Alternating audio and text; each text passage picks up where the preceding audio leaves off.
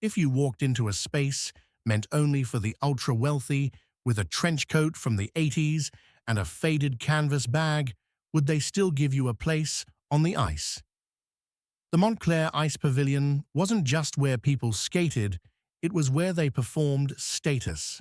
The domed ceiling of cast glass shimmered above crystal chandeliers, hanging like drops of frozen light, and the ice beneath mirrored each step like a private waltz of the elite. No one came here alone. No one brought a canvas tote, except her. Isabelle Moreau stepped into the locker room as if passing through a world that had never made room for the quiet. Her hair was neatly tied back with a silvery grey cloth ribbon. A long trench coat, worn but clean, draped over her slender frame. She set down a beige tote bag, embroidered with a now faded lavender sprig, beside her on the bench.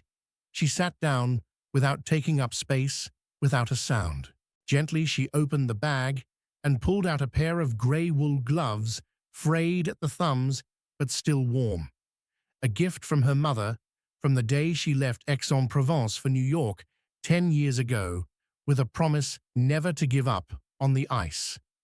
Across the room, a burst of laughter sliced the air like a blade over glass. Did someone just wander in from the subway? A woman's voice rang out louder than necessary. Isabelle didn't look. She simply bent down to tie her skates, a rented pair, the leather worn at the heels, the fabric thinned at the ankles. Her hands trembled slightly, not from the cold, but because she knew this room was never as cold as their eyes. A young woman with Beverly Hills curls walked past, holding an espresso cup marked with the Hermès logo. She glanced at Isabelle's tote, then turned to her friend. No label. Must be one of a kind. From a flea market, laughter again. Soft, but sharp enough to freeze someone from the inside out. Isabelle only tightened her grip on the bag strap. No reply. No glance upward. Out on the rink, a speaker began playing the opening notes of Clair de Lune. White light reflected off the ice, beckoning, or perhaps daring. Isabelle stood and stepped toward the door. Her rental skates squeaked faintly with each touch of the floor. Those first few steps weren't graceful, not confident, but steady. She wasn't here to impress them. She was here to remember who she was before the world asked her to forget. The ice at Montclair was not as serene as it looked. It watched, it judged, it excluded. The moment Isabelle stepped out from the oak-paneled hallway onto the rink, a group of teens in matching competition warm-ups had already claimed most of the entryway. They lounged with legs draped over benches, skates tossed carelessly, laughing loudly the second she appeared. A boy with his beanie pushed back, and a smirk curling his lips, pulled out his phone and said loud enough for everyone, "Yo, look, it's a fairy tale lady straight out of an 80s catalog. Who gave her a membership card?" The group burst out laughing. Another teen mock-stumbled and winced. "Careful, don't let her crack the ice." Isabelle didn't react.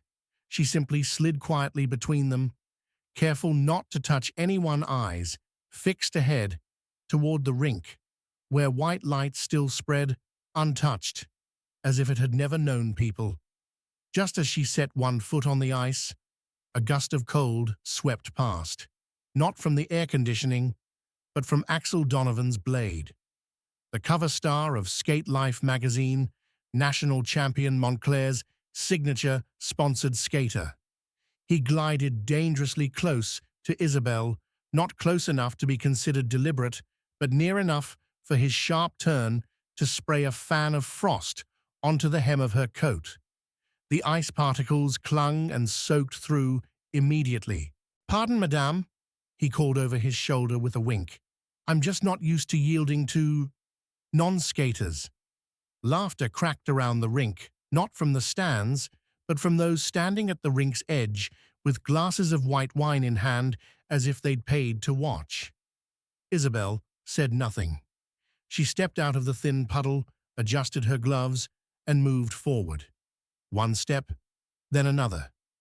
At the far end of the rink, Sienna Rothschild platinum waves cascading from her designer earmuffs, an ivory Miu Miu coat, hanging perfectly, was live streaming from her phone. Okay, friends, countdown begins. I'm betting she falls in under 2 minutes. She turned the phone's camera just in time to catch Isabel's first wobbly push-off. Nothing like a Monday at Montclair. A young man called out mimicking a sports commentator, and now entering the first lap, Miss Flea Market, representing sheer audacity. Then Sienna signaled to someone in their circle, holding a small cup of water. The person skated toward the center, precisely where Isabel was heading. Technically, drinks weren't banned on the ice, but no one used them to secretly pour them. A faint wet streak appeared nearly invisible. Under the lights, only the most observant would notice. Isabel was not the observant kind. She simply kept moving forward, small strides, breath held in delicate balance, and every eye followed her, not in admiration, but in anticipation of the fall. The slick streak of wet ice stretched out like an invisible trap, lying in wait beneath muffled giggles and the quivering lenses of phones trembling with excitement. Isabel leaned gently to the left, preparing for a simple spin, the kind she'd done hundreds of times in her teenage years. But that youth had been left behind, along with the days when she had to choose diner cleaning shifts over training. Her legs remembered, but her body was no longer 10 years old. Her blade touched the damp patch. A faint sound followed, not loud enough to warn, but just enough to silence every watching eye. Her skate slipped, balance shattered. She didn't scream, she simply fell forward, carried by a momentum no one could fight. Oh no, someone gasped in the crowd, but no one moved fast enough. Isabel's eyes widened. All sound vanished. The only thing she could still hear was her own heartbeat and the brittle crackle of the ice beneath the weight of every humiliation from that afternoon. But she didn't hit the ground. A pair of hands caught her steady, composed as if they had known this moment would come. A charcoal gray sleeve, the softness of cashmere, and the faint scent of sandalwood familiar. Isabel looked up and met a face gracing every financial magazine cover in the past decade. Christopher Vail, age 42, founder of the Vail Foundation, a globally renowned patron of the arts. And what few knew, the owner of Montclaire Ice Pavilion. He didn't speak right away. He simply held her as if letting someone fall in the middle of his rink was something unforgivable.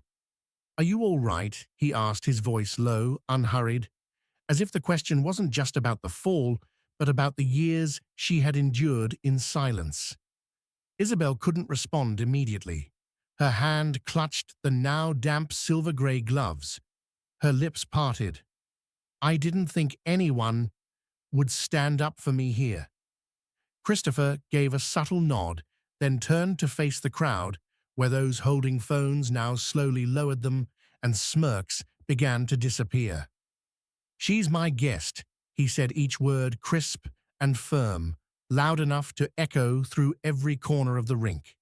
No more laughter, no more filming, no more movement.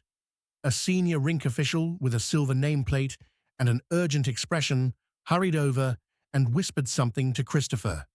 He nodded. Without looking back at Isabel, he gently rested a hand on her shoulder and said, "We'll deal with this later. For now, I think you deserve a break." There was no dramatic confrontation, no one dragged away in front of a crowd, but the atmosphere, shifting from raucous to still, felt like a tectonic tremor beneath the polished floor of Montclair. For the first time, no one looked at Isabel as a joke. They looked at her as a variable, a presence they no longer understood and could no longer dismiss. The medical room inside the Montclaire Ice Pavilion wasn't large, but it was quiet and clean. in a way that made one hesitate to cry inside it. Isabel sat on a long wooden bench, her damp wool gloves placed neatly on the table. A nurse checked her ankle, but everything was fine. The fall hadn't left any injuries, at least not on her body. Christopher sat across from her, not holding his phone, not checking his schedule, just watching her as if time itself had paused. A successful, powerful man, but in that moment, simply someone willing to listen. "What happened out there?" he asked, voice low, without judgment. Isabel didn't answer right away. She picked up one of the gloves, folding it slowly, then spoke as if recounting someone else's story. "They think I don't belong here, because I'm not like them. Not in looks, but in silence." She looked up. Clear eyes, steady voice. "I used to be a skater. Full scholarship at 16. But my mother got sick. I gave it all up to work kitchen jobs, rink janitor shifts. There were years I didn't touch a pair of skates." Christopher gave a small nod as if each word confirmed something he had long suspected. "I've seen you before. 3 years ago. Geneva. The Snow Preservation Benefit Auction." Isabel blinked, surprised. "You were the only guest who didn't sign your name, but donated everything you had to the Greenland Fund, then left before anyone could even thank you." No one had ever mentioned that moment again. No one knew, and certainly no one expected the man who ran one of the largest international arts foundations to remember it. She stayed silent for a moment, then smiled, small but real. "I didn't come here for revenge. I just wanted to remember what it feels like to skate without fear." Christopher didn't smile back. He stood a step closer and placed a bronze card on the bench beside her, engraved with her name, "Lifetime Membership." "Not for your resume, not for your connections, just because you didn't give up." Isabel looked at the card as if it were a mirror that didn't distort the truth. She picked it up, not teary-eyed, not trembling, as if she had been prepared for this moment for years, but never quite believed it would come. Outside the room, a Rink staffer waited for orders. Christopher glanced toward the glass door. "I've ordered a full review of the cameras. Whoever spilled the water, filmed or laughed along, won't return to Montclair again." Isabel didn't object, but she didn't look pleased either. She simply spoke so softly it was almost a whisper.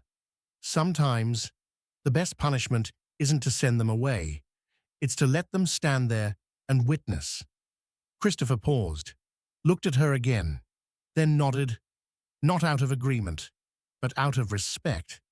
The next day, Montclair's sky was a crisp, glassy blue, and the ice gleamed under sunlight pouring through the domed ceiling.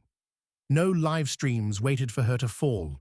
No laughter, no whispers, only soft music and the unsteady glides of a beginner's class, children, middle-aged women and men who hadn't laced up skates in 30 years. Some didn't even know how to tie their laces. Others were trying to remember what it felt like to move on ice. Isabel stepped in, still wearing the same trench coat, the same faded tote slung over one shoulder. She hadn't changed, but everything around her had. She knelt to tighten a little boy's skate, adjusted the laces for a fumbling mother, held the hand of an older man trying to regain balance after 2 decades away. No lectures, no commands, just whispers, light as breath. "Don't be afraid to fall. Let's try again. This time, look straight ahead." At the rink's edge, a young mother held her child, watching. Her face was worn from sleepless nights, but her eyes were steady and focused. When the class ended, she approached Isabel, voice unsure. "I heard what happened yesterday. They were awful, but you didn't walk away. You're still here, with my child." Isabel didn't interrupt. She let the woman speak. "I always wanted to learn to skate, but I never had the courage. You don't know what that means? Isabel looked at her one hand, resting gently on the rink's barrier. The other was still holding her now dried wool gloves from the day before. I do, because I once stood there too scared alone. But then I took one step, and I realized I was never really left behind. The young mother smiled, not a dazzling smile, not with tears, but the kind that makes someone believe they can begin again. Christopher stood at a distance, not stepping in, a paper coffee cup from the Rink's cafe in hand. He didn't watch Isabel, but the people she was quietly reaching. A young girl about 9 stepped onto the ice for the first time, wobbly, nervous, but when Isabel reached out her hand, the rink stopped being so frightening.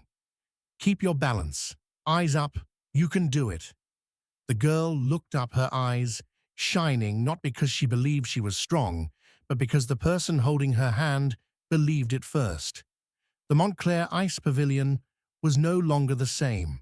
No one said it aloud, but everyone felt it. Something had changed. It wasn't the lights, they hadn't grown brighter. It wasn't the music, it wasn't any more pleasant than before. It was the air itself, that invisible thing that always reflected the spirit of those skating across it. People had started whispering about Isabel Moreau. It began with the rink staff. A young receptionist whispered to a newcomer, "She's not a coach, but whenever she's around, people always stay longer after class." Then came the younger instructors like Noah 27, trained in Austria, who taught free classes every Thursday afternoon. I've never met anyone who leads by example like she does. No shouting, no advice, just watching her skate is enough to learn. Then came the students from homemakers to engineers. One of them in the locker room said softly, "She makes me feel like even an old pair of gloves still has worth." And finally, the children. They didn't know who Isabel was, but in their drawings, the first person to hold their hand when they fell always wore a long coat, had a gentle face, and eyes that never lost patience. Isabel hadn't changed, still the same trench coat, the same silver-gray wool gloves, the same neatly tied-back hair. She hadn't become anyone. She simply showed up consistently like a quiet, indispensable part of the ice. Christopher kept his distance.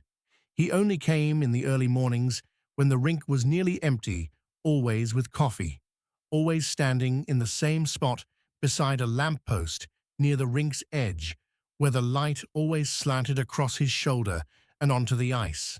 They spoke rarely. Just now and then, their eyes would meet, he'd nod, she'd smile. Nothing more. Nothing needed. One morning, as Isabel helped a young boy steady himself, he looked up and asked, "Miss, what do I do if I fall?" Isabel knelt down, light dancing in her eyes. "Then you get up, but not alone." The boy nodded, then gripped her hand tightly. Isabel stood. The ice beneath her feet didn't feel cold anymore, not because of the weather, but because someone had finally made it warm. And from that moment on, people no longer whispered about Isabel as a stranger. They began calling her the firekeeper of Montclair. The rumors started with a single online comment. "Her tote bag is an unreleased Dior prototype." Suddenly, a few gazes shifted. A former stylist from a fashion magazine immediately recognized the earthy-toned trench coat Isabel always wore, not just an ordinary vintage. It was a custom piece by Madeleine Moreau, a quietly revered icon of French haute couture in the 1980s who had withdrawn from the spotlight over 3 decades ago. Connections were made. The name is Isabel Moreau, originally from Aix-en-Provence, the only rumored heir to the complete personal design archive of Madeleine, a treasure even the Paris Fashion Museum had never been allowed to touch. The whispers spread. Then came confirmation. A respected fashion journal published Isabel Moreau, the silent heir of a fashion dynasty now guiding children at the Montclaire Ice Pavilion. People waited for a grand entrance, an exclusive interview, a signature photo shoot, a moment when she would use her legacy to return every insult that had once been thrown her way. But nothing changed. The next morning, Isabel still arrived early, still hung her faded tote on the same wooden hook, still knelt down to tie the skates of a new child, still smiled quietly when people looked at her with uncertain eyes. When Christopher was asked about the story in a private interview, he offered just one line: "I knew from the beginning." But I think people should know Isabel for how she stood back up, not for where she came from. Some asked Isabel why she neither confirmed nor denied the reports. She simply replied, "I don't fear the truth. But if one day people only listen because they think I'm worth listening to, then I've lost the real reason I'm here." That afternoon, the Montclair Rink felt unusually quiet.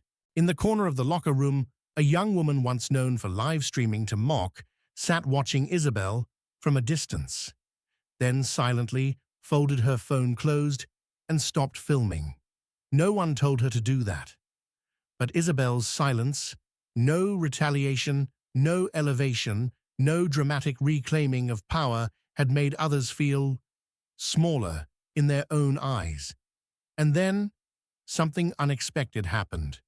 A group of children requested permission to stitch the name Isabel into the corner of their skating class uniforms, not to celebrate her, but to remember that they had learned from someone who never needed a loud voice to create real change.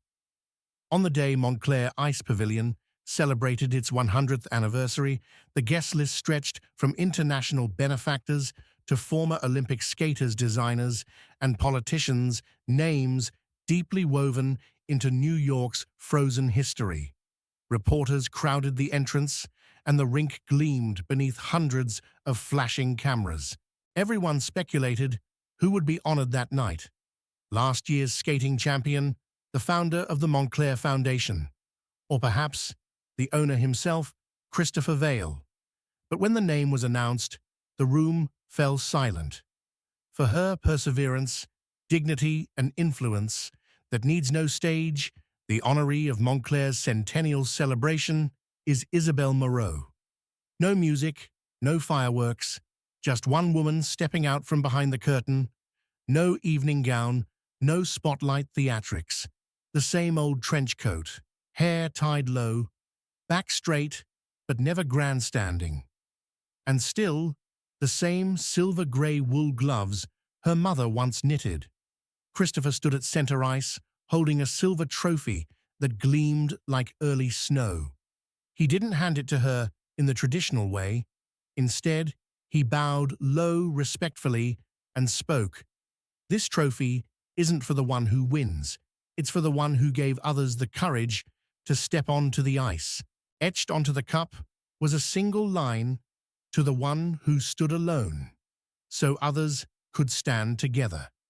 Isabel gave no speech, just a nod of quiet thanks. As the spotlight found her, she turned a single slow circle on the ice, not a performance, but a gesture of gratitude, and lifted her eyes to the stands. There were those who had once laughed at her. There were those who had quietly learned from her. And there were children now standing tall in skates for the very first time. A boy near the rink's edge clutched his mother's hand and whispered, "Mom, I want to fall too, if she's there to help me up." The applause began first from a few. Then it spread, not in admiration, but in recognition that they had been changed. After the ceremony, photos were taken, articles were written. The word icon began to follow Isabel. But the next morning, she still arrived early. Still, the first to wipe the ice tie a student's laces and smile at a nervous little girl shivering from cold and fear. Christopher stood by his usual lamppost, steam rising from the coffee in his hand. He didn't call her an icon. He just said quietly enough for only her to hear, "Thank you for not leaving."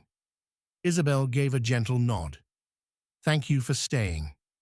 Perhaps when we began this story, no one imagined that a woman in an old coat and a faded canvas bag could shift the culture of an elite ice rink.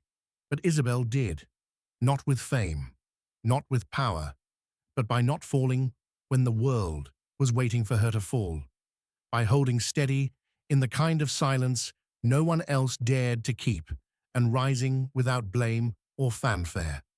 This story reminds us that strength doesn't come from appearance or eloquence. It comes from a choice to stand, even when no one stands with you. In an era where people are often defined by the brand on their clothes or their follower count online, Isabel is a gentle but powerful reminder that dignity needs no logo and resilience needs no microphone. You don't need applause to make an impact. Sometimes all it takes is being the first to stay when everyone else has already walked away. If this story made you feel a little warmer, a little braver, or simply rethink someone you once judged too quickly, leave us a comment below. We read every word, and you quietly watching are part of this journey too. Don't forget to follow Toch Story so you won't miss our next videos, where we tell stories that may seem small, but just might change the way you see the world.